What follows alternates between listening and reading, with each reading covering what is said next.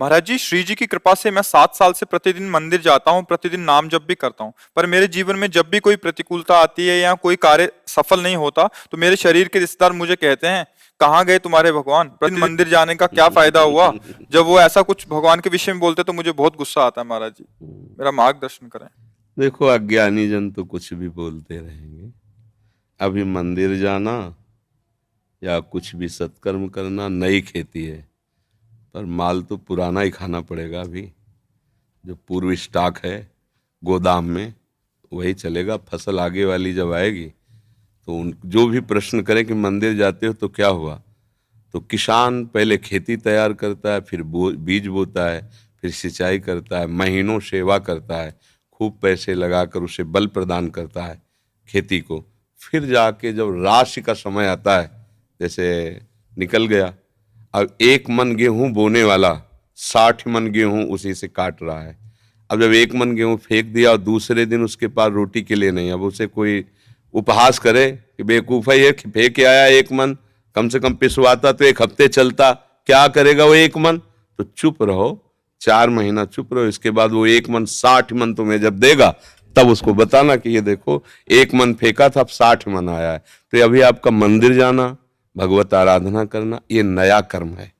ये जब फलीभूत होगा तब तक पता नहीं वो देखने वाले रहें कि ना रहें क्योंकि कोई भी खेती तत्काल नहीं होती ना।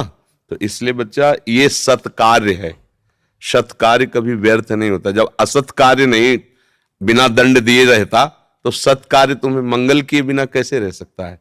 हाँ, ये जरूर है कि पूर्व जन्म के हमारे कुछ ऐसे कर्म हैं जो हमें भोगने ही पड़ेंगे। हाँ, तो इसमें कभी भगवान पे अश्रद्धा न करे। हाँ, उसको जैसे हम कई बार सत्संग में सुनाया है, उदाहरण से बात समझ में आ जाती है। 1-2 मित्र थे, स्कूल में साथ पढ़ते थे। जब थोड़े सयाने हुए तो एक गलत मार्ग में चला गया। धनी घर का था, शराब पीना, वैश्यागमन करना, जुआ खेलना, बस ऊट पटांग गनत। और एक था गरीब घर का था, वो गंगा नहाना, नाम जप करना, मंदिर जाना, ऐसे शुरू कर दिया। अब जो जिस मार्ग में चलता उसमें उसकी और बढ़ोतरी होती, वो और गंदा, ये और भगत। तो इसने ब्याह भी नहीं किया, नाम जप, और वो तो मतलब जितनी गंदगी। एक दिन दोनों मित्रों की मिलान हो रही थी, वो उधर से आ रहा था और ये इधर गंगा नहा के नाम जप करते हुए जा रहे थे। तो जे देखा मित्र से इतना बड़ा खजूर काटा होता ना, इतना बड़ा काटा पार कर गया। वो भगवान का नाम लेते हुए बैठ गए और वो लांग बूट पहने हुए नशे में एकदम। बोले, देख लिया तेरे भगवान ने क्या किया, पूरा जीवन हो गया ना गंगा नहाते हुए, अब क्या? देख देख मेरे पास वैभव, क्या कमी है। लोग जहां जाते 4 लोग आओ आओ बैठते, मौज मस्ती, कहते थे हमारे साथ रहे, मौज मस्ती में रहेगा। अब इतना कह के तो चला गया। 4 कदम बढ़ने पर उसको एक अटैची मिली जिसमें हीरे थे। लौट के फिर आए, बोले, देख रहे तेरे कांटा लगाओ मेरे।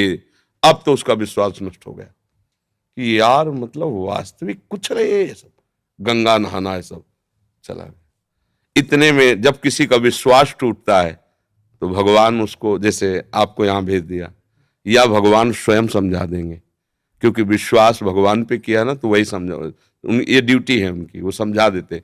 कोई ऐसा शास्त्र पढ़वा देंगे, कोई प्रवचन सुनवा देंगे, अच्छा ऐसा आपके या अंदर ही विवेक जागृत, ये उनके हाथ का बात है, वो क्या करते हैं।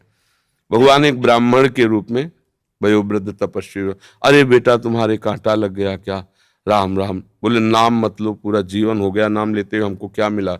वो हमारा मित्र है, शराब पीता, व्यभिचार करता, नाना प्रकार के, और देखो उसे अटैची में, यहाँ भोजन की व्यवस्था नहीं, पूरा जीवन हो गए। बोले, पहले कांटा निकाल लेने दो। भगवान थे, सर से कोई पीड़ा नहीं। कहा, बेटा तुम देखना चाहते हो कि उसको ऐसा क्यों है, तुम्हें ऐसा क्यों है? तो जैसे टीवी चल दे ना सीरियल, ये देखो, चिप लगा दे तो पूरा सीन, और उसको पूर्व जन्म का सीन दिखाई देने लगा कि ऐसा भयानक पापाचरण पूर्व जन्म किया था, इस जन्म में इसी क्षण सूली की सजा मिलनी थी। उससे पूर्व में राजा लोग सूली की सजा देते थे।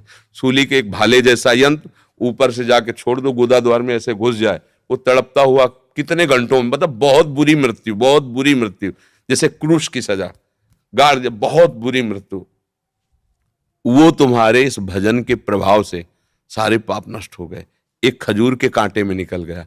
अब तुम्हारे पाप नष्ट हो गए। अब ये पुण्य और पीछे का पुण्य दोनों मिल रहे हैं, आगे चलकर तुम्हारी ऐसी उन्नति होगी जो सदा सदा के लिए सुख प्रदान करेगी। और इसका पूर्व जन्म का इतना पुण्य था कि इस समय इस प्रांत का ये राजा होता, पर इसने व्यभिचार करके पाप करके सारे पुण्य नष्ट कर दिए। अब इसको जो एक अटैची में हीरे जवाहरात मिले खाली, बस समाप्त उसका पुण्य। इसको जहां भोगेगा तहां पूर्व का पाप और अभी का पाप जब मिलेगा तो ऐसे ब्लास्ट होगा कि देखने लायक नहीं रहेगा ये। अब उसको विश्वास हुआ कि हाँ ये बात, बोले तो कभी हम नहीं छोड़ेंगे भजन। बोले हाँ, भजन व्यर्थ नहीं होता।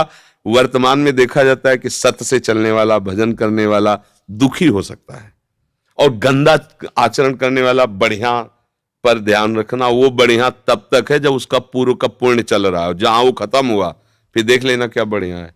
हमने कई बार सत्संग में भी बताया कि एक पूर्वाश्रम में जब हम थे तो वहां आते थे ठाकुर राघवेंद्र सिंह, थे भी ऐसे ही रखे एकदम 20 आदमी राइफल लिए उनके पीछे चले, जब जैसा मन है जिसको जूते से पिटवा दिया, जिसकी माई बहन की तरफ गंदी दृष्टि उठवा लिया। और उनका भाई सुरेंद्र राक्षस समझो, ये मतलब कोई कथा नहीं कह रहे, घटना, हंसिया से काट देता, बड़े बड़ों को चीर। और बड़े बड़े अधिकारी वो जमींदार उनके यहाँ मतलब महल बना हुआ, आज भी महल बना हुआ है उनका। समय जब गिरा तो बड़े वाले को एड्स, राघवेंद्र सिंह को, अब मुंह छुपाए, कानपुर में दवाइयां चल, वो मरा। जे ही मरा तो विरोधी जनों ने चील की तरह छोटे वाले को नोच डाला, वो मरा।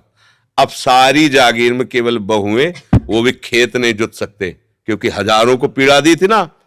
परती पड़े, परती माने कोई जमीन में अन्न नहीं उपजा सकता, खाने को दुर्लभ है, कोठी में रहते हैं, कोई सहयोग करने आ गए ना। रावण की खोपड़ी को जब बंदर लात मारते थे ना, कटी हुई खोपड़ी, तो मंदोदरी रो के कह रही थी, राम विमुखस हाल तुम्हारा और रहा न को कुल रोवन। एक समय था कि जब चलता था रावण तो पृथ्वी कांपती थी, दिग्गज चिकाड़ते थे। वही भगवान के विमुख जब हुआ तो लात मारते थे खोपड़ियों, फुटबॉल की तरह रावण की खोपड़ियां। हाँ, राम विमुख हाल। तो हम लोग क्या वर्तमान को देख करके अंजाद लगा लेते हैं गलत है या सही। वर्तमान में सही चल रहा है पर बार बार उसको धोखा खाना पड़ रहा है तो लगता है सही कहाँ है, गलत चल रहा है। और वर्तमान में गलत चल रहा है, बार बार उसकी प्रोग्रेस उन्नति होती चली जा रही, ये मार्ग सही नहीं, नहीं भूल नहीं। सत मार्ग कभी गलत नहीं हो सकता और गलत मार्ग कभी सत्य नहीं हो सकता।